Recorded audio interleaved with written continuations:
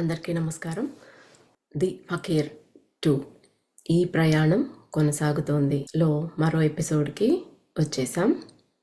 ఇక ఆ బాబా వారి పాదపద్మాలకి నమస్కరించి వారి ఆశీర్వాదంతో వారే ఈ సెషన్ని తీసుకునేలా వారిని వేడుకుందాం. ఓం శ్రీ గురుభ్యో నమః. ఓం సాయి శ్రీ సాయి జయ జయ సాయి. ఓం సాయి శ్రీ సాయి జయ జయ సాయి. ఓం సాయి శ్రీ సాయి జయ జయ సాయి. ఓం సాయి రామ్.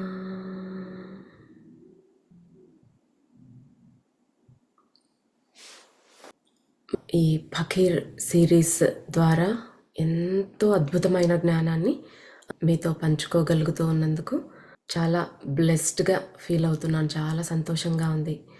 దీనికి ఆ సాయికి కృతజ్ఞతలు.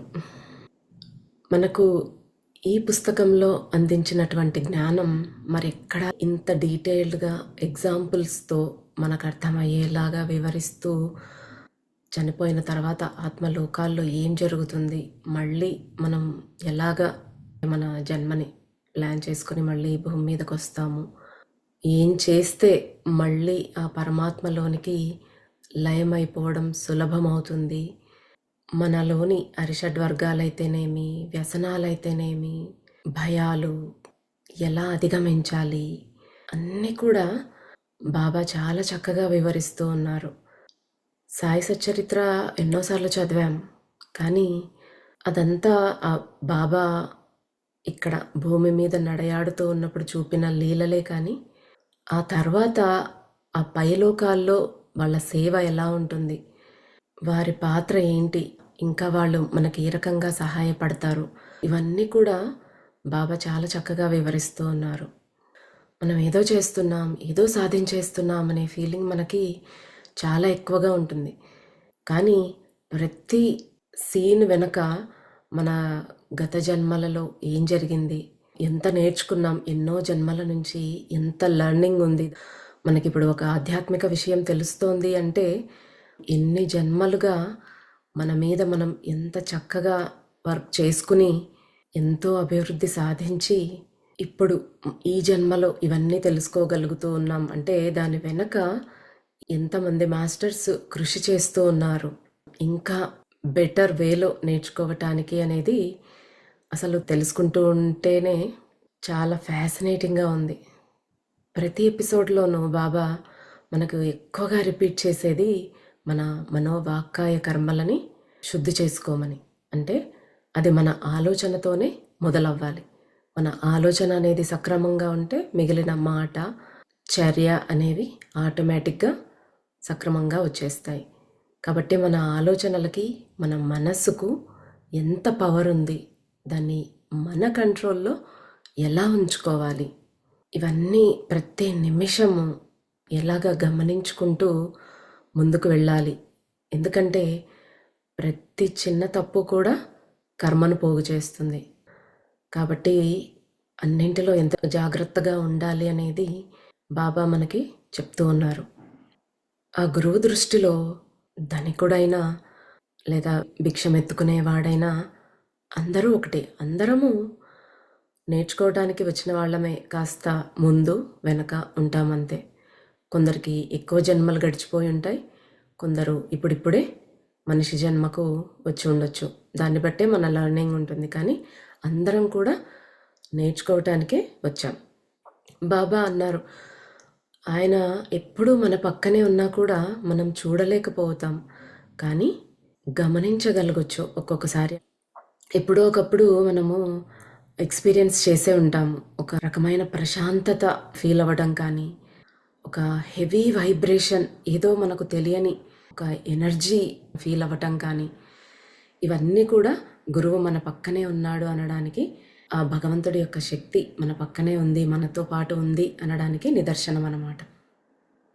మనము వర్తమాన క్షణంలో ఎప్పుడైతే ఉంటామో అప్పుడు మనల్ని మనం బాగా గమనించుకోగలుగుతాం. మనలో ఉండే బలహీనతలు, ఫోబియాలు, వ్యసనాలు, భయాలు ఇవన్నీ కూడా గమనించుకున్నప్పుడు వాటి నుంచి ఎలా బయటపడాలి అనేది మనం ట్రై చేయకుండా పోస్ట్‌పోన్ చేస్తూ వచ్చామనుకోండి, అది అలాగే అలాగే పైలప్ అయిపోయి మన నెక్స్ట్ జన్మలో అదే నేర్చుకోవటానికి మళ్ళీ తెచ్చుకుంటాం. మనకి ఎంత విషమ పరిస్థితులు ఎదురైనా సరే విరక్తిగా, నిరాశగా నాకిది ఎందుకొచ్చింది అనే భావనతో కాకుండా చక్కగా సమర్పణాభావంతో పరిస్థితులను యాక్సెప్ట్ చేసి గ్రేస్ఫుల్గా ముందుకెళ్ళాలన్నమాట. అదే బాబా మనకు బోధిస్తూ ఉన్నది. ఏవో అరిషడ్ వర్గాలు అవి అంటే మన ఏదో ట్రై చేసి తొలగించుకోవచ్చేమో అని కాస్త వినుంటామేమో కానీ మన పరిస్థితులు ఎలా ఎదుర్కొని ముందుకు వెళ్ళాలి అనే దాన్ని బట్టి కూడా మన జన్మల పరంపర అనేది ఆధారపడి ఉంటుంది అనేది మనం ఎప్పుడూ విని ఉండలేదు. గత సెషన్లో బాబా మనకి ఏం చెప్పారు? ముగ్గురు అన్నదమ్ముల గురించి చెప్పారు. ఆ ముగ్గురు అన్నదమ్ములు కూడా బాగా వ్యసనపరులు. వాళ్ళు చనిపోయి ఆత్మలోకాల్లో ఉన్నప్పుడు వాళ్ళు ముగ్గురు కూడా డిసైడ్ చేసుకున్నారు, ఇప్పటికే చాలా జన్మలు గడిచిపోయాయి, బయటకు రాలేకపోయాము, కాబట్టి ఈ జన్మలో ఏ విధంగా అయినా సరే ఆ వ్యసనాల్లో నుంచి పూర్తిగా బయటకు రావాలి అనేసి వాళ్ళు వాళ్ళ జన్మ ప్రణాళికని తయారు చేసుకున్నారనమాట. బాబాతో కలిసి ప్లాన్ చేసుకున్నారు. ఈ ముగ్గురి కోసమని బాబా 3 కాటేజెస్ కేటాయించారు, తెలుసుకున్నాం కదా. ఒకటేమో రిచ్ కాటేజ్, ఒకటేమో మిడిల్ క్లాసు, ఒకటేమో పూర్ లాగా, అంటే ఆ పరిస్థితుల్లో అలాంటి కుటుంబాల్లో వాళ్ళు జన్మ తీసుకోబోతున్నారంటే ఒకరు ధనికులుగా, ఒకరు మిడిల్ క్లాస్ వారిగా, ఒకరు పేదవారిగా జన్మ తీసుకోబోతున్నారు. ఆ టైంలో మళ్ళీ కూడా వాళ్ళు సేమ్ పరిస్థితులు ఇంకా కష్టతరంగా ఎదుర్కోబోతారు అనేసి బాబా చెప్పారు. అందులో పెద్దవాడికి మరీ కష్టమవుతుంది బయటపడటము ఆ వ్యసనంలో నుంచి, ఎందుకంటే ఆయన చుట్టూ పరిస్థితులు ఇంకా క్లిష్టంగా ఉన్నాయి. ఎందుకంటే చాలా జన్మల నుంచి తను నేర్చుకోలేకపోతూ ఉన్నాడు, మరి ఎలా బయటకు వస్తాడో అనేసి అంటూ ఉన్నారు.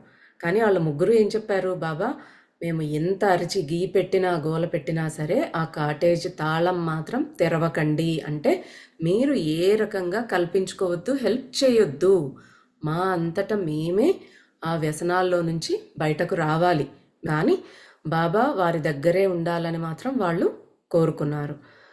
బాబా మాత్రం వాళ్ళకి కాషన్ అయితే ఇచ్చారు, మీరు మరింత వ్యసనం లోతుల్లోకి పడిపోయే అవకాశాలు చాలా ఉంటాయి. వన్స్ ఇంకా భూమి మీదకు ఆ కాటేజెస్లోకి వెళ్ళిపోయారా ఇంకా మీకు ఏమీ గుర్తుండదు. ఇప్పుడు జరిగిన మన కాన్వర్జేషన్ అంతా మీరు కర్మశుద్ధి కోరుకుంటూ ఉన్నారు అనే విషయాలు ఏవీ గుర్తుండవు. మనందరికీ అంతే. మనం మాస్టర్స్తో మన జన్మకి ఏం ప్లాన్ చేసుకొని వచ్చామో మనకేది గుర్తులేదు, వాళ్ళకి అంతే.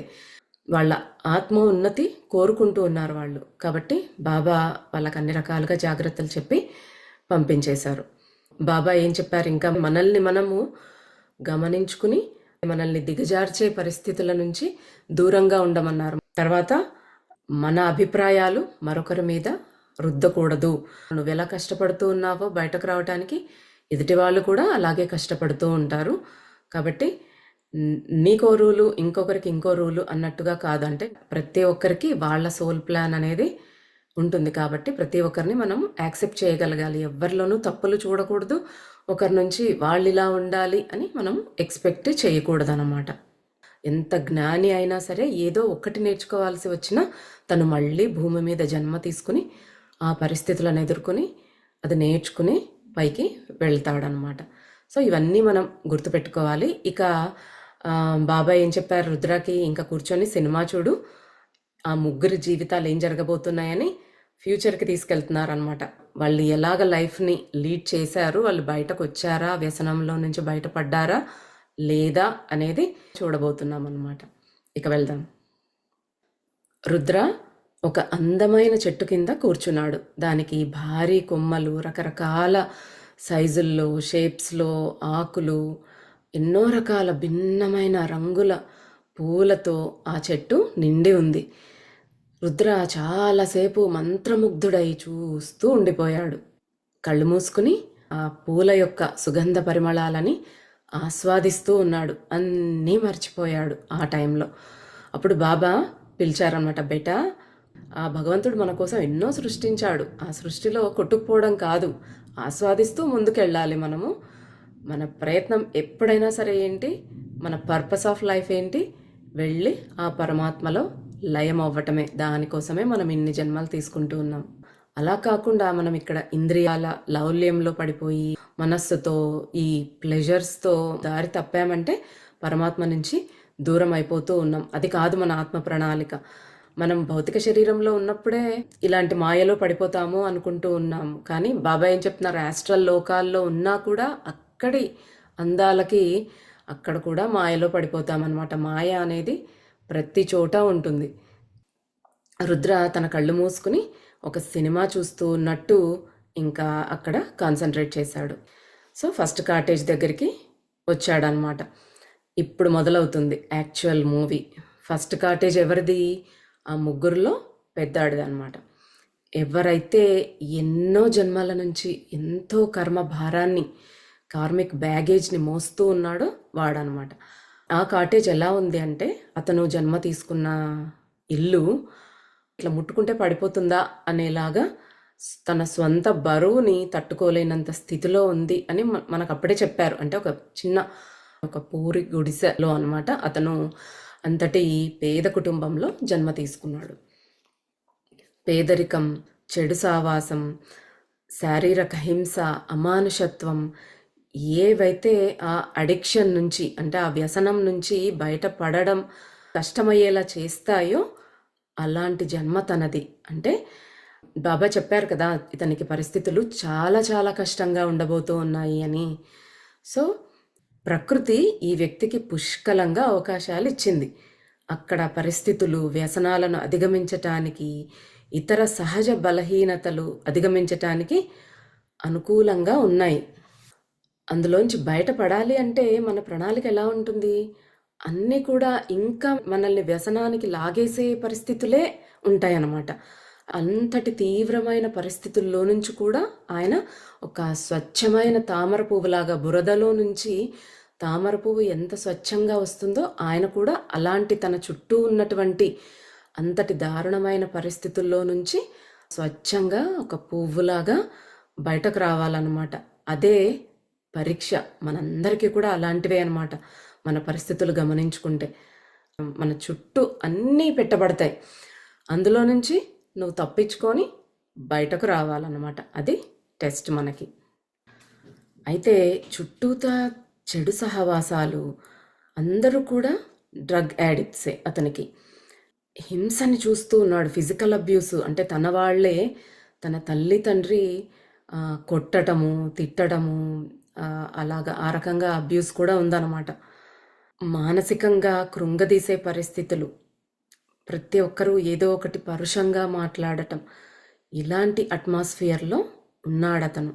అక్కడ వ్యసనంలో నుంచి బయటపడడం అనేది ఆల్మోస్ట్ ఇంపాసిబుల్. అంతటి పరిస్థితుల్లో ఉన్నాడతను. అందుకే చెప్తూ ఉన్నారు బాబా, జన్మలు తీసుకునే కొద్దీ, పోస్ట్పోన్ చేసుకునే కొద్దీ మీ పరిస్థితులు ఇంకా కఠినంగా మారిపోతాయి. ఇప్పుడు దానికి నిదర్శనమే ఈ పెద్దోడనమాట. రుద్రకు మాత్రం చాలా బాధేస్తోంది. అయ్యో అనుకుంటూ ఉన్నాడు అతని పరిస్థితులను చూస్తూ. జన్మల తరబడి ఈ వ్యక్తి వ్యసనానికి లొంగిపోయాడు. అడిక్షన్స్ అనేవి ఎన్నో రకాలుగా ఉంటాయని చెప్పారు కదా. కొంతమందికి ఆల్కహాల్, కొంతమందికి డ్రగ్స్, కొంతమందికి ఏమో పరువు ప్రతిష్టలు, అది కూడా వ్యసనమే అని చెప్తున్నారు చూడండి. ఎందుకంటే పరువు ప్రతిష్టల కోసము తన సొంత వాళ్ళు బాధపడుతున్నారా అనేది కూడా పట్టించుకోరన్నమాట. దేనికైనా వెనుతీయరు. ఆ పరువు ప్రతిష్టల కోసం ఆత్మహత్యలు చేసుకునే వాళ్ళు కూడా ఉంటారు. అందుకే చెప్తున్నారు, అది కూడా మనం అధిగమించాలని తెచ్చుకున్నదే. ఇంకొంతమందికి కామము, కోపం, తిండి, అంటే తిండిపోతులుగా ఉండి కంట్రోల్ చేసుకోలేకపోతూ ఉంటారు, అది కూడా వ్యసనమే. అసూయ, ఈర్ష్య, దురుసుతనం, ద్వేషం, ఈ అన్నీ కూడా వ్యసనాలే. అందులో ఈ పెద్దోడికేమో ఉండేది డ్రగ్స్ అడిక్షన్. ఆ డ్రగ్స్ వాడుతూ ఉన్నప్పుడు, ఆ రకమైన నిషాలో ఉన్నప్పుడు మనం ఏం చేస్తున్నామో మనకే తెలియదన్నమాట.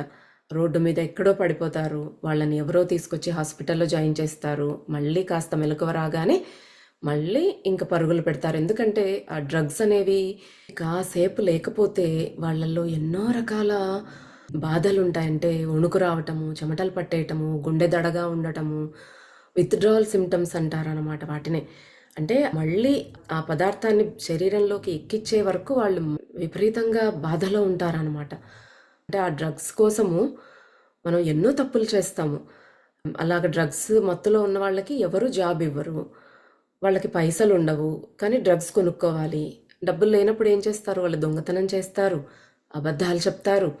చివరికి ఏ రకంగా పైసలు వాళ్ళకి దొరకకపోతే వాళ్ళ శరీరాన్ని అమ్ముకునైనా సరే, అంటే ప్రాస్టిట్యూషన్ చేసైనా సరే డబ్బు సంపాదించుకుని ఆ డ్రగ్స్ కొనుక్కుని వాటి మత్తులోనే మునిగి తేలుతూ ఉంటారనమాట. అంటే ఎంత దిగజారేలా చేస్తున్నాయి చూడండి అవి మనిషిని. అందుకే అలాంటి వాటికి అలవాటు పడకూడదు అనేసి చెప్పేది. ఇంకా ఎలా తయారు చేస్తాయి ఆ మాదక ద్రవ్యాలు? మిమ్మల్ని కోపంతో నింపేస్తాయి. స్వార్థపరులుగా, మోసగాళ్ళుగా మార్చేస్తాయి. అలాంటి స్థితిలో ఉన్నప్పుడు వాళ్ళ ఆరా అంతా కూడా డార్క్‌గా ఉంటుందనమాట. దానివల్ల ఎంతో నెగెటివ్‌గా మారిపోయి వాళ్ళ ఆత్మోన్నతి అనేది అక్కడికి స్టాప్ అయిపోతుంది. ముందుకు వెళ్ళలేరు వాళ్ళు. అక్కడే దిగజారి పడిపోతూ చివరికి ఎప్పుడో ఓవర్‌డోస్ అయ్యి చనిపోవడమో, లేదా దాని ద్వారా రకరకాల అనారోగ్యాల పాలై చనిపోవడమో జరుగుతుంది. సో, అలా చిన్నప్పటి నుంచి ఆ పెద్దాడు అదే లైఫ్ స్టైల్‌లో పెరిగాడనమాట. అతనికి తెలిసిన జీవితం అదే. తల్లిదండ్రులు కూడా యాడిక్ట్సే. వాళ్ళు కూడా డ్రగ్స్ తీసుకునేవాళ్ళే. వాడి ఫ్రెండ్స్, చుట్టుపక్కల ఉన్న వ్యక్తులు అంతా డ్రగ్ డీలర్స్. ఆ ముందు జన్మల్లో నేర్చుకోకుండా అలాగే వస్తున్నందుకు ఆ కర్మ పేరుకుపోయి ఇలాంటి పరిసరాలు క్రియేట్ చేసిందనమాట.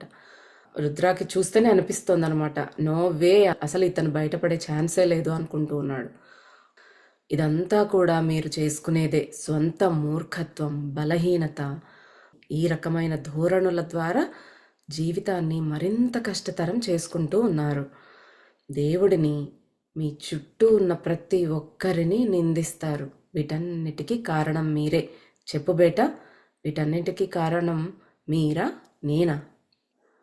భగవంతుడు మనల్ని ఈ జన్మకు భూమి మీదకు పంపించినప్పుడు మనకి బుద్ధినిచ్చాడు, జ్ఞానాన్నిచ్చాడు, విచక్షణ అనేది ఇచ్చాడు.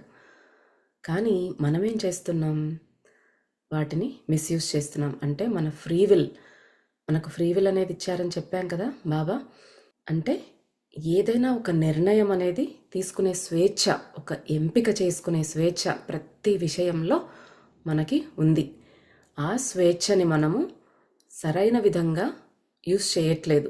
అది ఇచ్చి పంపించి చక్కగా మంచిగా ఉండండి అని పంపించాడు. కానీ మనం ఎలా వినియోగించుకుంటున్నామన్న దాన్ని బట్టే మన కర్మలు డిపెండ్ అయి ఉంటాయి. దాన్ని ఎలాగా యూస్ చేసుకుంటున్నాం మనం? మంచి వైపు యూస్ చేస్తే మంచి కర్మలు పోగు చేసుకుంటాం. చెడుగా యూస్ చేస్తే ఇంకా మరింత బ్యాగేజ్ని పోగు చేసుకుంటాం అన్నమాట. ఏముందిలే, ఒక్కసారి ట్రై చేద్దాము, అన్నీ అనుభవించాలి, లైఫ్లో అన్నీ ఎంజాయ్ చేయాలి. చాలామంది నుంచి నేను ఇది వింటాను. నువ్వు కాఫీ తాగవు, మందు తాగవు, స్మోక్ చేయవు, ఒక బార్కి వెళ్ళవు, మరి ఇంకా లైఫ్ని ఏం ఎంజాయ్ చేస్తున్నావు నువ్వు అని అడుగుతూ ఉంటారు. అంటే లైఫ్ ఎంజాయ్ చేయటం అంటే ఇలాంటి పనికి మాలినవన్నీ ట్రై చేస్తూ మనల్ని మనం దిగజార్చుకోవడమేనా? ఏముందిలే, ఒక్కసారి ట్రై చేద్దాం అని ట్రై చేసామా, అందులో ఉన్న ఆ నెగిటివిటీ మనల్ని ఊబిలాగా లాగేస్తుంది. ఒక్కసారితో ఏది ఎండ్ కాదనమాట. చూసారు కదా, దానిలో నుంచి బయటకు రావాలి అంటే, క్లియర్ చేసుకోవాలి అంటే ఎన్నెన్ని జన్మలు కావాలో మనకు. అందుకే బాబా ఈ ఎగ్జాంపుల్స్ చెప్తూ ఉన్నారనమాట. ఇక్కడ ఎలా చేస్తున్నాము, మనం చేసే ఎంపిక, వీటిల్లో ఎక్కడైనా కూడా భగవంతుడికి కానీ ఆ గురువుకు కానీ ఏమైనా సంబంధం ఉందా? వాళ్ళు మనకు అన్నీ చెప్పి పంపించారు. మన ఇష్ట ప్రకారం మనం పాడైపోతూ ఉన్నాం. కానీ ఒక కష్టం అనేది వస్తే ఎవరిని నిందిస్తాం ముందు? ఓ దేవుడా, నాకెందుకు ఇన్ని కష్టాలు ఇచ్చావు, నీకు అసలు మనసే లేదా, నీకు దయ లేదా, నన్నెందుకు ఇలాంటి పరిస్థితుల్లో పెట్టావు, ఎంత ఊబిలోకి పడేసావని ప్రతి క్షణం నిందిస్తూ ఉంటాం. అందుకే బాబా అడుగుతున్నారు, చూడు బేట, ఇందులో నేను చేసింది ఏమైనా ఉందా? వీటన్నిటికి కారణం మీరా, నేనా? చూస్తున్నావుగా, గురువు ఎప్పుడూ తన పక్కనే ఉన్నాడు. వాళ్ళు బాబాని అడిగారు కదా తమ పక్కనే ఉండాలని. సో బాబా ఆయన దగ్గరే ఉండి చూస్తూ ఉన్నాడు ఆయన ఎలా పతనం అవుతున్నాడు. కానీ తను నన్ను కోరుకుంటున్నాడా? బాబా ఆ డ్రగ్ అడిక్ట్ పక్కన నిల్చున్నా సరే బాబా ఏమి చేయలేరు. ఎందుకంటే వాడి లోకంలో వాడు పూర్తి మత్తులో ఉన్నాడు. కనీసం తలుచుకొని కూడా తలుచుకోవట్లేదు బాబాని. సహాయం చేయమని, హెల్ప్ కావాలి అని అడగట్లేదు. అడగందే అమ్మాయినా అన్నం పెట్టదు అంటారు. మరి ఇతను అడగాలి కదా! అడిగాడా? లేదు. ఏది పట్టించుకునే స్థితిలో లేడు. బాబా పక్కనే ఉన్నా కూడా అతనికి ఏమీ ఉపయోగం లేదు. రుద్ర అంగీకరిస్తూ తల పంకించాడు. అవును, అతను ఈ పిల్లవాడి పరిస్థితి చాలా కష్టమని అంగీకరించాడు. రుద్ర సినిమా చూస్తున్నట్టు ఇదంతా చూస్తున్నారు కదా. ఆ పక్కనే ఆస్ట్రల్ మాస్టర్స్, గైడ్స్, ఏంజల్స్ అందరూ ఉన్నారన్నమాట అతని పక్కన. వాళ్ళు హెల్ప్ చేయడానికి చూస్తూ ఉన్నారు అతనికి. కానీ ఆ పెద్దవాడి ఆరా ఎలా ఉంది? హెవీగా డార్క్ వైబ్రేషన్స్తో ఉంది. సో వాళ్ళ ఆరా దగ్గరికి కూడా రాలేకపోతున్నారు. మనకు తెలుసు కదా, మనం హెవీ వైబ్రేషన్స్తో మన ఆరాని ఒక గోడ కట్టేసినట్టుగా డార్క్గా చేసేసుకున్నాము అంటే మనకు ఆ మాస్టర్స్ ఎవరైనా ఏ రకంగా హెల్ప్ చేయాలి అన్నా కూడా వాళ్ళు మనల్ని రీచ్ అవ్వలేరు అనమాట, పక్కనే ఉన్నా కూడా. సో అతను ఇంకా దిగజారిపోవడం చూసి వాళ్ళు కూడా చాలా బాధపడుతూ ఉన్నారు. పిల్లవాడు చేయవలసినదంతా గురువు శక్తిని స్వీకరించడం మరియు కోపాన్ని, అతన్ని బంధించిన చీకటి భావోద్వేగాలను విడిచిపెట్టడం. అతని విషయంలో ఏమైనా సిచ్యుయేషన్స్ కాస్త చేంజ్ అవుతాయేమో అనేసి రుద్ర అనుకుంటూ ఉన్నాడు. చాలా బాధేసింది చూడగానే అతన్ని. మరి ఎలా బయటకు వస్తాడు పాపం, మళ్ళీ బ్యాక్ రావాల్సిందేనా అని అనుకుంటూ, బాబా మీరు ఏమీ చేయలేరా అనేసి రుద్ర అడుగుతున్నాడు అనమాట. అప్పుడు బాబా చెప్తున్నారు, తాళాలు తీయొద్దన్నాడు కదా, అంటే తెచ్చుకున్న పరిస్థితులను, ఉన్న వాతావరణాన్ని మార్చొద్దు అని. వాళ్ళు ఒక ప్రామిస్ చేశారు అంటే వాళ్ళు కట్టుబడి ఉంటారు. ఇంకా వాళ్ళు ఏ రకంగా ఇన్వాల్వ్ అవ్వరు అనమాట. నేను అతనికి అన్ని విధాలుగా సహాయం చేయగలను బేటా, కానీ అతను తను తెచ్చుకున్న దానిని అనుభవించాలి. అదే ఆ పిల్లవాడు పట్టుబట్టాడు కదా. అతను తన కర్మ ఖాతాను సంతులనం అంటే బ్యాలెన్స్ చేసుకోవాలి అనుకుంటూ ఉన్నాడు. ఆ బలహీనతను అధిగమించి కాంతి వైపు తన ప్రయాణాన్ని పునరుద్ధరించుకోవాలనే ఆశతో. కాటేజ్ తలుపులు అనేవి అతని పరిస్థితులకు ప్రతీక మాత్రమే. నాకు చెప్పబడింది కదా, ఏమి జరిగినా ఆ తలుపును ఎప్పుడు తెరవద్దు అనేది. అంటే బాబా ఎప్పుడు హెల్ప్ చేయొద్దు అని. అతని ఆత్మ నిజంగా కోరుకునేదాన్ని నేను గౌరవించాలి. చాలాసార్లు నా పిల్లలు నన్ను ప్రార్థిస్తారు, వారి నుండి ఒక ప్రత్యేక బలహీనతను తొలగించమని అడుగుతూ. కానీ బేటా, బలహీనతను మేము తీసివేస్తే పిల్లవాడు సృష్టికర్త పట్ల తన ప్రేమను ఎలా నిరూపించగలడు? తనను తాను అధిగమించినప్పుడే పరమాత్మకు దగ్గరవుతాడు. పిల్లవాడికి నైపుణ్యం లేదు అనేసి, వాడికి రాదు అని వాడి హోంవర్క్ మనమే చేసి, వాడి ప్రాజెక్ట్ వర్క్ మనమే చేసి పెడితే వాడెప్పుడు నేర్చుకుంటాడు? ఎగ్జామ్లో ఎలాగా రాసి ముందుకు వెళ్తాడు మనం హెల్ప్ చేస్తే? అలాగే ఇక్కడ కూడా బాబా హెల్ప్ చేసి అతన్ని ఆ పరిస్థితుల్లో నుంచి, ఆ వ్యసనం నుంచి బయటకు తీయగలరు అనుకుంటే, కానీ అతను ఎలా నేర్చుకుంటాడు? అతనంతకు అతను బయటకు రావాలి కదా. కానీ బాబా అతను మరింత దయనీయ స్థితిలో ఉన్నాడు, ఇంకా కిందకు పడిపోయేలా ఉన్నాడు బాబా అంటున్నాడు రుద్ర. సో మనకి ఆ భగవంతుణ్ణి చేరుకోవాలనే కోరిక స్ట్రాంగ్గా ఉంది అంటే మనం ఏదో రకంగా ఓవర్కమ్ చేస్తాం బలహీనతలని. లేదంటే మరో ప్రయాణం మరోసారి. రుద్ర ఆ కాటేజ్ లోపలికి వెళ్ళాడు. అక్కడ పెద్దవాడు ఎంతో అనారోగ్యంతో మంచాన పడిపోయి క్షీణించి అస్థిపంజరంలా ఉన్నాడు. అతని ఎముకల మీద కేవలం తోలు కప్పినట్టుగా తయారైపోయాడు. అతని చుట్టూ ఎవ్వరూ లేరు. డ్రగ్స్ తీసుకునే వాళ్ళు ఎవెన్చువల్గా రకరకాల అనారోగ్య సమస్యలతో బాధపడాల్సి వస్తుంది. బాడీని అన్ని రకాలుగా పాడు చేసిస్తాయి ఆ డ్రగ్స్ అనేవి. సో వీడు ఎవెన్చువల్గా ఏమైపోయాడు? మంచాన పడి క్షీణించిపోయాడనమాట. అతని చుట్టూ వాళ్ళ తల్లి కానీ తండ్రి ఎవ్వరూ లేరు. ఆ పడిపోయే ఇంట్లో ఆ గోడకి ఒక బాబా ఫోటో తగిలించుంది. అది కూడా క్షీణ దశలోనే ఉంది, వీడిలాగానే చిరిగిపోయి ఆల్మోస్ట్ ఇట్లా పడిపోయేలాగా ఉందన్నమాట. ఆ ఫోటోనే చూస్తూ ఉన్నాడనమాట. ఇంకా చేసేదేమీ లేదు ఇప్పుడు వాడికి. లేచి డ్రగ్స్ తీసుకోవాలి అనే ఓపిక కూడా లేదనమాట. అలాంటి స్థితిలో ఉన్నాడు వాడు. రుద్ర ఈ వ్యక్తికి మార్గదర్శకులు హీలింగ్ ఇవ్వడం చూడగలిగాడు. ఆ వ్యక్తి బాబాను చూస్తూ ఉన్నాడు. మరియు రుద్ర వ్యక్తి యొక్క ఆరా నెమ్మదిగా మారడం చూడగలిగాడు. కన్నీళ్లు అతని గడ్డం పెరిగిన గాలిలోకి ప్రవహించడం ప్రారంభించాయి. అప్పుడు అర్థించడం మొదలుపెట్టాడు. బాబా, దయచేసి నాకు సహాయం చేయండి. నాకు తెలుసు నేను పాపిని, బలహీనుడిని. నేను మిమ్మల్ని ప్రతిరోజు నిరాశపరిచాను. దయచేసి నన్ను క్షమించండి బాబా. నాపై దయ చూపండి. నాకు ఏమీ వద్దు.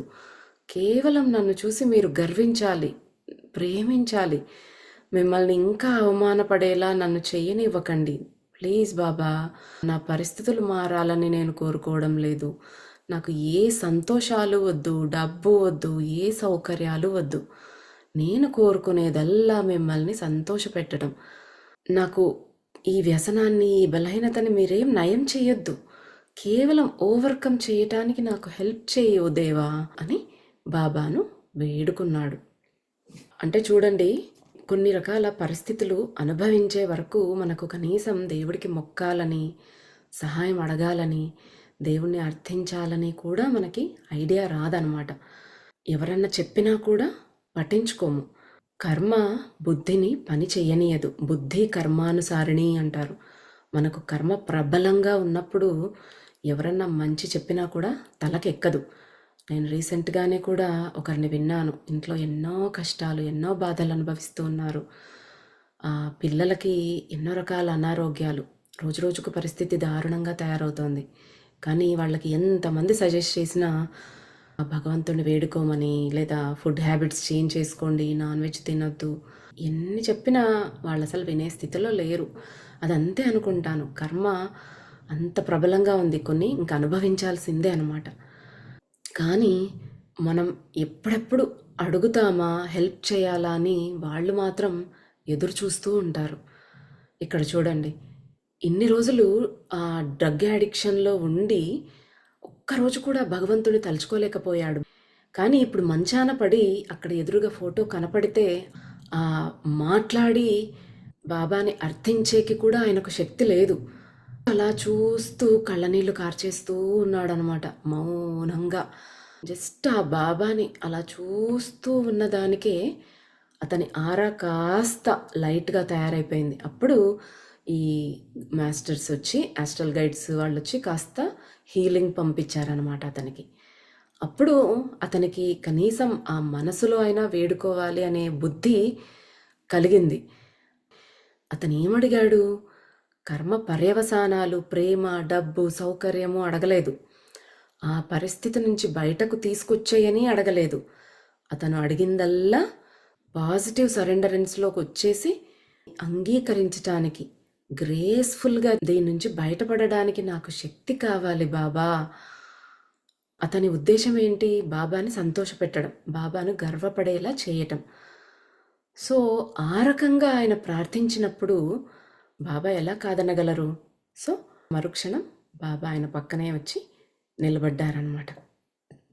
అప్పుడు ఏం జరిగిందంటే అక్కడ అతనిలో భౌతికంగా ఎలాంటి మార్పు రాలేదు, ఏమీ మారలేదు. కానీ లోపల ఒక ట్రాన్స్ఫర్మేషన్, మార్పు జరిగింది ఇన్సైడ్.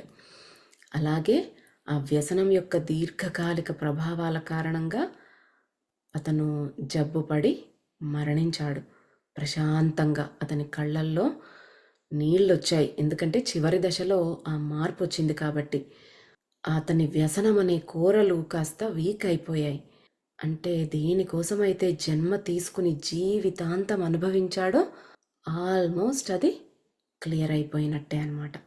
అంటే సోల్ లెవెల్లో ముందుకెళ్ళిపోయాడనమాట. అంతలా ట్రాన్స్ఫర్మేషన్ వచ్చింది తనలో. అతను అధిగమించాడు. అతను పేదవాడిగా పుట్టాడు, పేదవాడిగా చనిపోయాడు. ఆ బాహ్య పరిసరాలలో ఏమీ మారలేదు. కానీ ఆధ్యాత్మికంగా ధనవంతుడిగా చనిపోయాడు. తనకున్న బాధని ట్రూగా యాక్సెప్ట్ చేయటానికి శక్తినివ్వు అని అడిగిన వెంటనే అతని కర్మ ప్రక్షాళన అనేది జరిగిపోయింది. అది తను తెలుసుకుని ముందే బయటకు వచ్చుంటే భౌతికంగా కూడా అతని జీవితం మంచిగా ఉండేది. కానీ చనిపోయే ముందైనా తనలో ట్రాన్స్ఫర్మేషన్ వచ్చి బాబాని వేడుకున్నాడు. బాబాని అలా చూస్తూ ప్రాణాలు వదిలేశాడు. కాబట్టి సోల్ లెవెల్లో ఒక అడుగు ముందుకు వేసేసాడనమాట. మార్పు పూర్తిగా కాకపోయినా దాదాపుగా, అంటే రుద్రాకు చాలు ఈ మాత్రం మార్పు అనేసి అనిపించింది అనమాట. బాబాకు ఇంకా ఓ ఫైన్ ఇది చాలు అని బాబా ఇంకా హ్యాపీ అయిపోయారనమాట ఆ మార్పుతో. తర్వాత ఈసారి ఆయన జన్మ తీసుకున్నప్పుడు ఇంకొంచెం బెటర్ పరిస్థితులు ఉంటాయి, ఇలాంటి దారుణమైన పరిస్థితులు తెచ్చుకోవడం అనమాట. ఎందుకంటే వచ్చింది కదా ట్రాన్స్ఫర్మేషన్. ఇప్పుడు రుద్రాన్ని అడుగుతున్నారు బాబా, నువ్వు ఏం నేర్చుకున్నావు అయితే మరి దీని నుంచి అని. సినిమా అయిపోయింది కదా, సో అడిగారనమాట. అప్పుడు చెప్తూ ఉన్నాడు రుద్ర, ఆ అబ్బాయి లేదా అతని కుటుంబం మొత్తము భౌతిక పరివర్తన కోసం ప్రార్థించి ఉంటే విషయాలు మారేవి కాదు. ఎందుకంటే ఆ అబ్బాయి కుటుంబంలోని ప్రతి సభ్యుడు కూడా అతని కర్మ ప్రణాళికలో భాగమే. పరిస్థితులు, మొత్తం సన్నివేశము అంతా కూడా ఒక పెద్ద కర్మ శుద్ధిని, అంటే కార్మిక్ క్లెన్జింగ్ని దృష్టిలో ఉంచుకొని డిజైన్ చేసిందనమాట ఇదంతా. అంటే ఆ సోల్ ప్లాన్లో మీరందరూ వచ్చారు కదా, అంటే అతనైన తల్లి, తండ్రి, అతని స్నేహితులు, పరిస్థితులు, వీళ్ళందరూ ఆ తల్లి తండ్రి బాగా ప్రార్థనలు చేసేసి బాబా నా పరిస్థితులను మార్చేసేయి, భోగాలు ఇచ్చేసేయమని అడుగుంటే ఎవరు అడిగినా కూడా ఇది జరిగి ఉండేది కాదు. చాలామంది చూస్తుంటాం, అంటూ ఉంటాం, నేను ఎంతో పూజలు చేశాను, ఎన్నో వ్రతాలు చేశాను, కానీ నా మొర ఏ భగవంతుడు ఆలకించట్లేదు, నా పరిస్థితులు మారట్లేదు అనేసి. ఎన్ని కష్టాలు వస్తూనే ఉన్నాయి, తొలగిపోవట్లేదు, ఎంత ప్రార్థించినా అంటే మనం కూడా ఇలాగా ప్రామిస్ చేయించుకున్నామేమో, అందుకే వాళ్ళు హెల్ప్ చేయట్లేదు మనకి. కానీ అలాగ ప్రామిస్ చేయించుకోకపోయి ఉంటే తప్పకుండా ఒక ప్రార్థన చేసినప్పుడు, ఒక మొక్కు మొక్కినప్పుడు, మనం పిలిచినప్పుడు ఆ భగవంతుడిని ఏదో రకంగా కష్టాలు తొలగిపోతాయి కొంతమందికి. అది వాళ్ళు ప్రామిస్ చేసుకోలేదన్నట్టు. సో బ్యాక్గ్రౌండ్లో ఏం జరిగిందో మనకు తెలియదు. ఇక్కడ మాత్రం మనం ఇంకా నిరాశలోకి వెళ్ళిపోయి తిట్టిపోస్తూ ఉంటాం అన్నమాట. సో అవన్నీ అందుకే మనకి తెలియచెప్తూ ఉన్నారు బాబా ఈ విషయాలన్నీ కూడా. అతనికి వచ్చిన పరిస్థితులు, అతని తల్లిదండ్రులు, ఆ చుట్టూ ఉన్న వాళ్ళందరికీ కూడా కర్మశుద్ధి జరిగేది ఉంది. కేవలం ఈ వ్యక్తికే కాదు. ఈ వ్యక్తి బయటకు రావాలంటే ఆ పరిస్థితులు ఉండాలి, వాళ్ళు వచ్చారు. అలాగే వాళ్ళు కూడా ఏదో ఒక దాంట్లోంచి బయటకు వచ్చేది ఉంది. ప్రతి ఒక్కరికి ఒక సోల్ పర్పస్ ఉంటుంది. కేవలం ఈ వ్యక్తి కోసమే వాళ్ళందరూ పుట్టలేదు. మనము ఒక ఫ్యామిలీగా వచ్చాము అంటే ఒకరి నుంచి ఒకరు నేర్చుకునేది ఎంతో ఉంటుంది. రుణానుబంధ రూపేణ పశుపత్ని సుతాలయ. రుణానుబంధం ఉంటేనే మన జీవితంలోనికి ఒకరు వస్తారు. కాబట్టి అలాగనే అందరూ వచ్చారు. అందరికీ కర్మశుద్ధి ఏకకాలంలో ప్లానింగ్ అనమాట. వాళ్ళ ప్లానింగ్ మాస్టర్స్ది అలా ఉంటుందన్నమాట. ఈ అబ్బాయి తల్లి డ్రగ్ యాడిక్ట్. ఇతని లైఫ్లో ఒక ఇంపార్టెంట్ రోల్ ప్లే చేయడానికి వచ్చింది ఆమె. ఆ తల్లి బాగా కొడుతూ ఉండేది అనేసి చెప్పుకున్నాం, అబ్యూస్ చేసేవాళ్ళు అని. ఆమెలో ఉండే ప్రేమను ఆమె డ్రగ్ అడిక్షన్ అనేది కప్పేసిందనమాట. ఆమె అలాగనే ఉండాలి అతనికి. ఈ జన్మ అలాగ ప్లాన్ అయింది, అందుకే ఆమె కూడా డ్రగ్ అడిక్ట్ అయింది. ఆమె ప్రేమ చూపించలేకపోయింది. కానీ ఆమె అలా ఎందుకుంది అంటే చాలా గత జీవితాల్లో, ఆమె పూర్వపు జీవితాలలో తన కొడుకు మీద ఉన్న వల్లమాలిన ప్రేమతో ఆ అబ్బాయి ఎంత చెడు సావాసాలు చేసి ఎన్ని రకాలుగా పాడైపోతూ ఉన్నా కూడా మందలించలేదు. అందుకని ఆ అబ్బాయి ఎన్నో వ్యసనాల్లోకి పడిపోయాడు గత జన్మల్లో. అంటే తల్లిగా దండించి ఉంటే వాడు అలా చెడు సావాసాల్లోకి వెళ్ళేవాడు కాదు. కానీ పాడైపోవడానికి ఈమె మెయిన్ రోల్ అయింది ఇక్కడ. అప్పుడు ప్రేమగా ఉంది కానీ రాంగ్ వే కదా అది. తన పిల్లవాడిని సరిదిద్దే బాధ్యత ఉంది తల్లికి. అలా చేయనందుకు ఇప్పుడు ఆమె ఫిక్స్ చేసుకోవడానికి ఇలాగ ప్రవర్తించిందనమాట తన కొడుకుతో. వాడు తల్లి ప్రేమకు అలాగా దూరం అయిపోయాడు. ఆ అబ్బాయి తండ్రి, అంటే ఆ పెద్దవాడి తండ్రి మునుపటి జన్మల్లో కూడా వ్యసనపరుడే. ఈ జీవితంలో అతను తన కుమారుణ్ణి రక్షించడానికి ఎంతో ప్రయత్నించాడు. కానీ ఆయన కర్మ, ఆయన అడిక్షన్స్లోంచి బయటకు రావడానికి ఆయన బాధలు ఆయననే పడుతూ ఉన్నాడు. బట్ ట్రై చేశాడు కాస్తైనా ఆ పిల్లవాడిని మంచి మార్గంలో పెట్టడానికి, కానీ హెల్ప్ అవ్వలేదన్నమాట. అతను ఎంతగా దేవుణ్ణి ప్రార్థించినా కూడా తన పాప ఫలితాలను ఎదుర్కోవలసే వచ్చింది. సో మన విమర్శకులైనా, స్నేహితులైనా, ప్రతి కుటుంబ సభ్యులు మన కర్మ వలయంలో భాగమే. అతను చాలా వరకు మారినప్పటికీ అతని బాహ్య పరిస్థితులు మారలేదు. అతను ధనవంతుడు కాలేదు, వ్యసనం వల్ల వచ్చిన అనారోగ్యంతో మరణించాడు. అన్నీ అలాగే ఉన్నాయి. కానీ అతను మారాడు. అతని అవగాహన, అంగీకార స్థితి ఇవన్నీ మారాయి. అందువల్ల అతని జీవితంలో విజయం సాధించాడు ఆ పెద్దవాడు. చాలా వరకు బలహీనతను అధిగమించి సక్సెస్ అయ్యాడు. అంటే తెలుసుకున్నాడు. చచ్చిపోయిన తర్వాత కాకుండా ఇంకా చనిపోకముందే బ్రతికి ఉన్నప్పుడే నేను చేసింది తప్పు, నేను నిన్ను డిసప్పాయింట్ చేశాను బాబా అనేసి తెలుసుకున్నాడు ఆయన. అదే మాకు ముఖ్యమైనది అని చెప్తున్నారు బాబా. కాబట్టి మీరు ఎందుకు సహాయం చేయరు అని నన్ను అడిగినప్పుడు మేము సహాయం చేస్తూ ఉన్నాము. ఎవరూ గ్రహించలేనంత ఎక్కువగా సహాయం చేస్తూ ఉన్నాం. కానీ మా విధానంలో అది ఆ వ్యక్తి, అతనితో సంబంధం ఉన్న వాళ్ళందరి సంక్షేమానికి తగిన రీతిలో చేస్తాము. ప్రకృతి పక్షపాతం చూపదు. బాధలో ఉన్నప్పుడు మీరు ఎప్పుడూ ఒంటరిగా ఉండరు. ఆత్మలోకంలో ఉన్న మీ పూర్వీకులు, మీ మార్గదర్శకులు, గురువు అందరూ మీతో ఉన్నారు. నిజమైన బాధ ఎల్లప్పుడూ పంచుకోబడుతుంది. అసలు ఎంత టచింగ్ వర్డ్సో చూడండి. వాళ్ళకి మన మీద ఎంత ప్రేమ ఉందో తెలియజేస్తూ ఉన్నాయి అసలు ఇవన్నీ కూడా. మనం ఇక్కడ బాధలు పడుతూ ఉంటే వాళ్ళు ఏమీ సంబరాలు జరుపుకోరు. మనకంటే వాళ్ళు ఇంకా ఎక్కువ బాధను అనుభవిస్తారు. ఇప్పుడు ఒక కొడుకు జైల్లో ఉంటే తల్లిదండ్రి ఎంత బాధపడతారో అలాగే మనం ఇక్కడ బాధపడుతూ ఉంటే మాస్టర్స్, గురువులు వాళ్ళు కూడా ఎంతో బాధపడతారంటున్నారు. మంచి అయినా చెడు అయినా మనకి ఏది అవసరమో, ఏది రావాలో అదే వచ్చేలాగా చూసుకుంటారనమాట వాళ్ళు.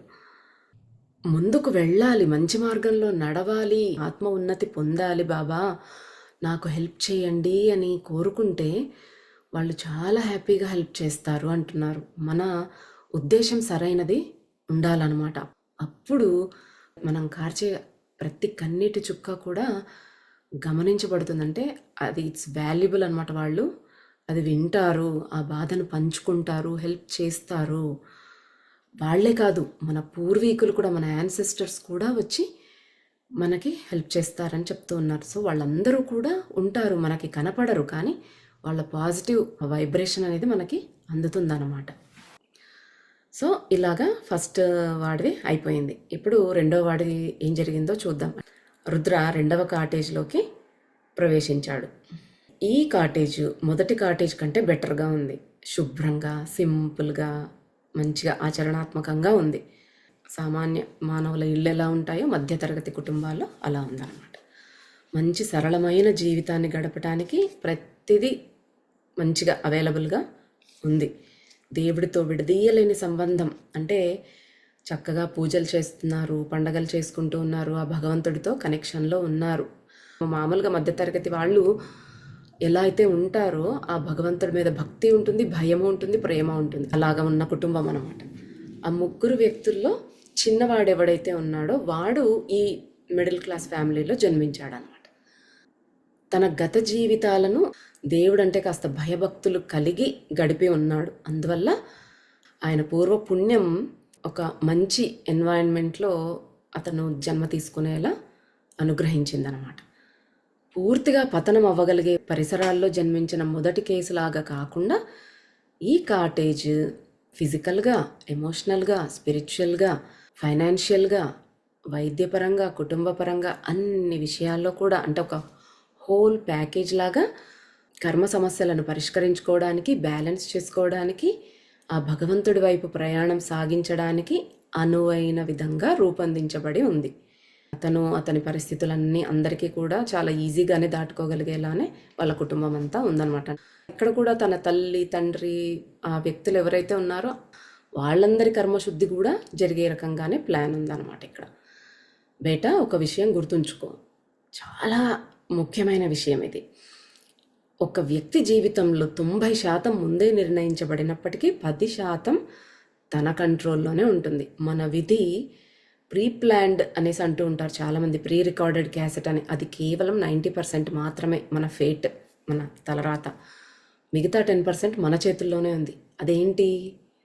ఫ్రీ విల్, మనము చేసుకునే ఎంపికలు, మనం తీసుకునే నిర్ణయాలు జీవితంలో ప్రతి సిచ్యుయేషన్లో, ఆ 10% మన చేతుల్లోనే ఉందన్నమాట. ఈ 10% కర్మ బ్యాంకులో ఉన్న 90% కంటే చాలా ఇంపార్టెంట్. ఎందుకంటే అది మీ గురువు పట్ల మీ ప్రేమను, అంకిత భావాన్ని మీరు నిరూపించుకోగలిగేది ఈ స్వేచ్ఛా సంకల్పం ద్వారానే, ఫ్రీ విల్ ద్వారానే అన్నమాట. మీ విధి ఇప్పటికే లిఖించబడినా మీ స్వేచ్ఛా సంకల్పం మీ ఫ్యూచర్ కర్మను, మీ విధిని తయారు చేయబోతోంది. మనకి ఇప్పుడు ప్రతి ఒక్కరికి కూడా మన ఫ్యూచర్, మన భవిష్యత్తు, మన నెక్స్ట్ జన్మలు ఎలాగ డిసైడ్ చేయబడతాయంటే ఇప్పుడు మనం తీసుకునే నిర్ణయాలు, ఇప్పుడు మన ఆలోచనలు, మన మాటలు, పనులు, మన ఫ్రీ విల్తో మనం చేసుకునే ఎంపికలు, వీటిని బట్టే మనకు నెక్స్ట్ లైఫ్ ప్లాన్ చేయబడుతుంది అన్నమాట. సో మన చేతిలో చాలా ఇంపార్టెంట్ చంక్ అనేది ఉంది. అది చిన్నదే అయినా కూడా మోస్ట్ ఇంపార్టెంట్ రోల్ అన్నమాట. గత జన్మల్లో ఏవో కర్మలు చేసి ఉంటాం, వాటి నుంచి అవి నేర్చుకోవడానికి ఇప్పుడు కష్టాలు ప్లాన్ చేసుకున్నాం. ఈ కష్టాలు మనం ఎలా ఎదుర్కొంటున్నాం, మన ఎంపికలు ఎలా ఉన్నాయి, ఇక్కడ మనం ఎలాగా బిహేవ్ చేస్తున్నాం ఈ ఎక్స్పీరియన్సెస్లో అనేవన్నీ మన నెక్స్ట్ ప్లాన్కి ఉపయోగపడతాయి అన్నమాట. అది భౌతిక లోకాల్లో అయినా ఆత్మలోకాల్లో అయినా కూడా ఆ ఫ్రీ విల్ అనేది అంత ఇంపార్టెంట్ రోల్ ప్లే చేస్తుందన్నమాట. మీరు ఒక అనుభవాన్ని ఎదుర్కొనే విధానాన్ని బట్టే మీ స్థితి నిర్ణయించబడుతుంది. అంటే నువ్వు పరిస్థితులను ప్రశాంతంగా ఎదుర్కోలేకపోతే ముందుకెళ్ళడానికి నువ్వు సిద్ధంగా లేవు. కాబట్టి మరలా ఇంకోసారి అదే అనుభవాన్ని ఎదుర్కోవాల్సి వస్తుంది. ఎప్పటి వరకు? నేర్చుకునేదాకా. మీరు కర్మ నిచ్చెనపై ఎక్కడ నిలబడతారు అని నిర్ణయించేది మీ స్వేచ్ఛా సంకల్పమే. అంటే మనం ఇప్పుడు మన ఎక్స్పీరియన్సెస్ని ప్రశాంతంగా పాజిటివ్ వేలో ఎదుర్కోగలిగితే దాని మీనింగ్ ఏంటి? మన ఫ్రీ విల్ని మనము సరైన విధంగా యూజ్ చేసుకోగలుగుతున్నాం అన్నట్టే. అసంతృప్తికరమైన దాన్ని మీకు అనుకూలంగా మార్చగలిగారు అన్నట్టే. అన్నీ విధిచే నియమించబడవు.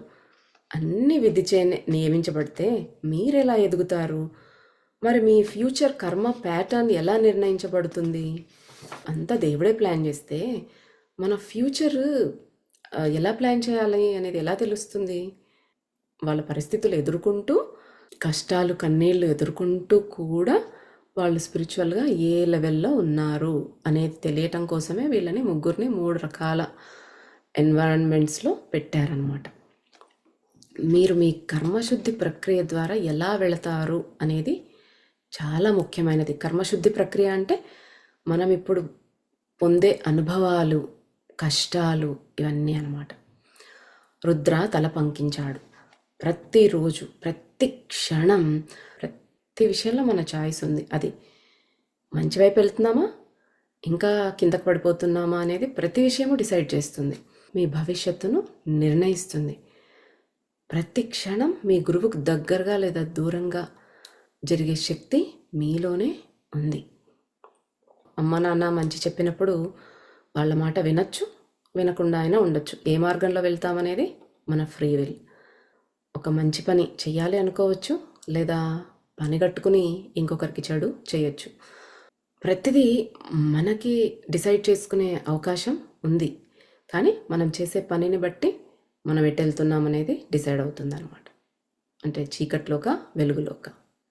జస్ట్ ఇమాజిన్, అన్ని మంచి పనులు చేస్తున్నాము, ఎవరిని బాధ పెట్టకుండా ఉన్నాము, చక్కగా దైవనామ స్మరణ చేస్తున్నాము, అన్నీ యాక్సెప్ట్ చేస్తున్నాము, వాళ్ళ మీద కోపాలు, జడ్జిమెంట్లు ఇవి లేకుండా ఇలాగ ఉన్నామని ఊహించుకోండి. అప్పుడు ఎలా ఉంటుంది?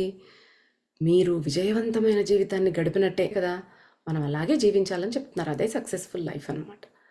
మీరు భౌతికంగా ఏ రకంగా ముందుకు వెళ్ళినా, మీరు కావాలనుకున్నట్టు ధనవంతులైనా కాకపోయినా, ఏది సాధించినా సాధించలేకపోయినా కూడా మీరు ఈ రకంగా జీవించినప్పుడు మంచిగా బాబా చెప్పినట్టు మీరు సక్సెస్ఫుల్ లైఫ్ గడిపినట్టే. అంటే మీ ఫ్రీ విల్ని సరైన విధంగా మీరు ఉపయోగించినట్టే అంటున్నారు. దీని అర్థం మీ గురువు మరియు మీ ఆత్మ మీపై గర్వపడేలా మరియు సంతోషపడేలా చేశారు. అప్పుడు మీరు ఆధ్యాత్మికంగా పురోగతి సాధించకుండా ఎలా ఉంటారు? ప్రతిరోజు మనకు లెక్క లెక్కలేనన్ని మూమెంట్స్, ఎన్నో క్షణాలు ఉన్నాయి. పొద్దున్న లేచినప్పటి నుంచి రాత్రి వరకు 24 గంటల టైం. గంటకి 60 నిమిషాలు, ఒక్కొక్క నిమిషానికి 60 సెకండ్లు, అంత టైం ఉంది మనకి.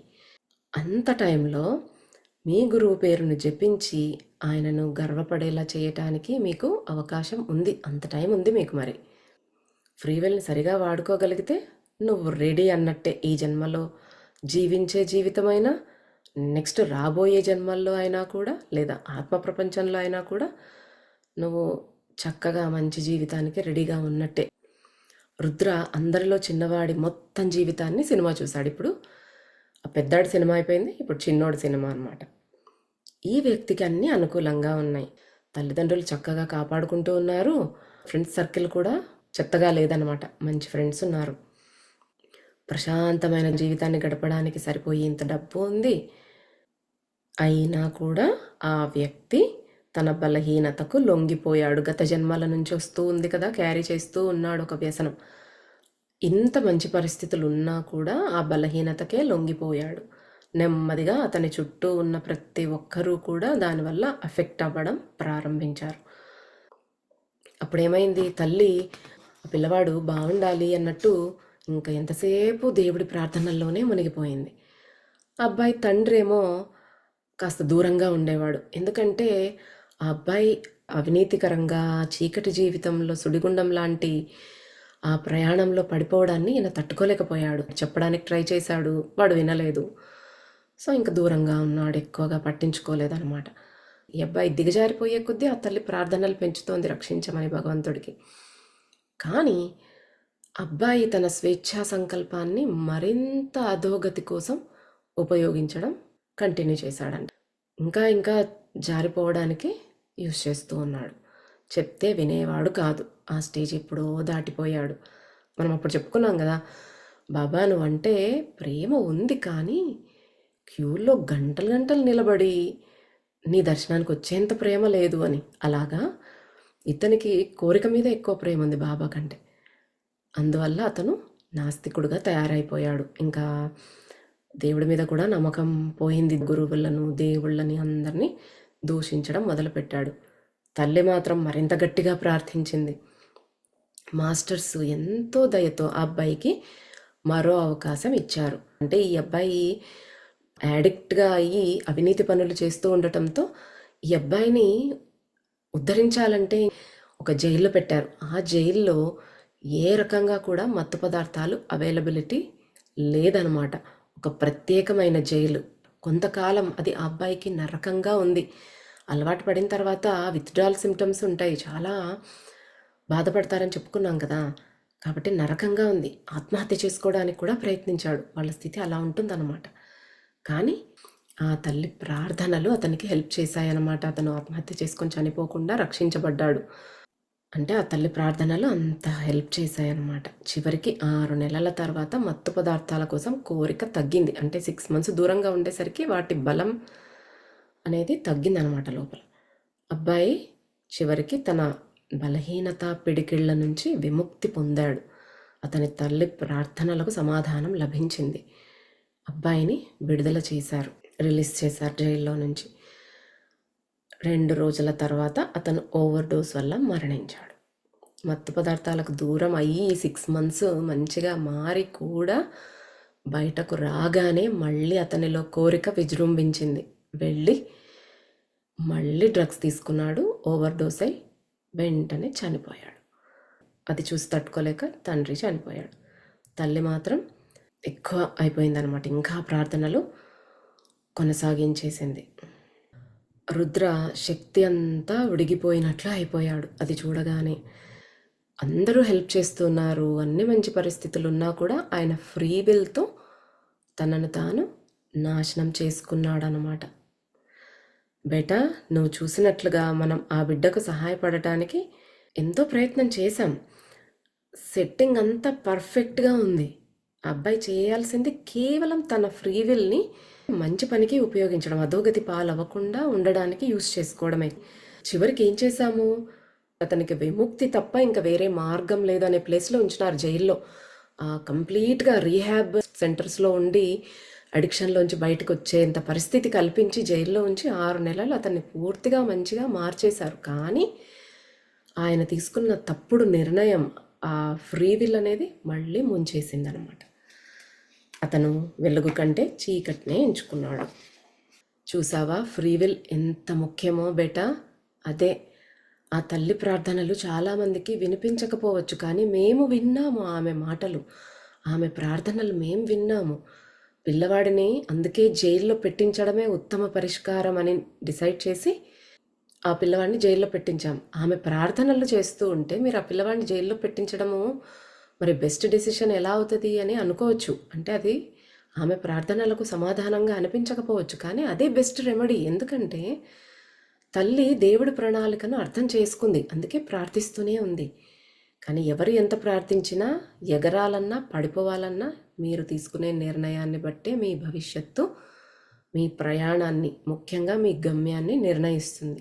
ఫ్రీ విల్ అనేది అంత ఇంపార్టెంట్. అందుకే ఫస్ట్ చాప్టర్ నుంచి కూడా ఫ్రీ విల్ గురించే చెప్తున్నారు, అది ఎంత ఇంపార్టెంట్ ప్రతి విషయంలో కూడా అని.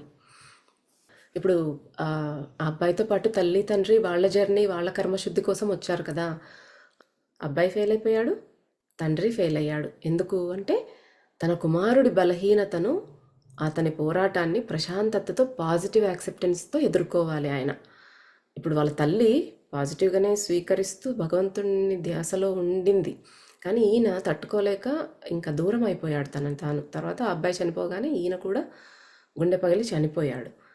అంటే ఆయన దాన్ని పాజిటివ్గా యాక్సెప్ట్ చేయలేకపోయాడు. తన ఫ్రీ విల్ని నెగిటివిటీతో, నిరాశతో నింపుకున్నాడు. దేవుణ్ణి దూషిస్తూ, ద్వేషిస్తూ అతను కూడా చీకట్లోకి పడిపోవడాన్నే ఎంచుకున్నాడు. సో తండ్రి కూడా ఫెయిల్ అయ్యాడు. ఈ జీవితంలో నిజంగా ముందుకు సాగగలిగింది, నెక్స్ట్ స్టెప్కి వెళ్ళగలిగింది ఎవరు అంటే ఆ తల్లి ఒక్కటే అనమాట. ఆమె జర్నీ ప్రతి నిమిషం దైవ ధ్యానంలో, ప్రార్థనలో ఉంది. అన్నీ యాక్సెప్ట్ చేస్తూ, సరే ఎలా ఉన్నా ఆమె ప్రయత్నం ఆమె చేస్తూ దైవ ధ్యానంలోనే ఉంటూ ఆమె సోల్ లెవెల్లో ముందుకు వెళ్ళిపోయిందనమాట. అంతే, ఎవరి ప్రయాణం వాళ్ళదే. మనం ఎలా ఉంటామన్న దాన్ని బట్టే మన ప్రయాణం ఉంటుంది. భార్యాభర్త, అత్త కోడలైనా ఎవరైనా ఒకరు మంచిగా ఉన్నారు అంటే వాళ్ళు ముందుకు వెళ్ళిపోతారు, ఎవరి కోసం ఏం ఆగేది ఉండదు. ఎవరైతే తప్పుడు నిర్ణయాలు తీసుకుంటూ తప్పుడు ఎంపికలు చేసుకున్నారో వాళ్ళు మళ్ళీ వెనక్కి పడిపోయి మళ్ళీ జన్మలు నేర్చుకోవడానికి తీసుకుంటూనే ఉంటారన్నమాట. ఆ తల్లి ఎందుకు ముందుకు వెళ్ళిపోయిందంటే కేవలం ప్రార్థించినందుకు కాదు, ఆమె యాక్సెప్ట్ చేసింది. తన కుమారుడు, తన భర్త జీవితాల్లో పాజిటివ్ చేంజ్ తీసుకురావడానికి ఆమె ఎంతో ట్రై చేసింది. ఆమె వంతు. ఆమె అద్భుతాల కోసం ప్రార్థించలేదు. తన కుమారుడు, భర్తలో కామన్ సెన్స్ అంటే ఇంగిత జ్ఞానం, సామాన్యమైన జ్ఞానం అనేది పెరిగితే చాలు వాళ్ళల్లో అనేది ఆమె అర్థించింది. మేము 2 వ్యక్తులకు సహాయపడే వాతావరణాన్ని సృష్టించాము, వాళ్ళు వేరేలాగా ఎంచుకున్నారు. 3లో 2 లైఫ్లు చూసాం. ఒకరు చీకట్లోకి వెళ్ళిపోవడానికే చూస్ చేసుకున్నారు. గురువుకి సోల్ ప్లానింగ్లో జోక్యం చేసుకోకూడదని చెప్పబడింది.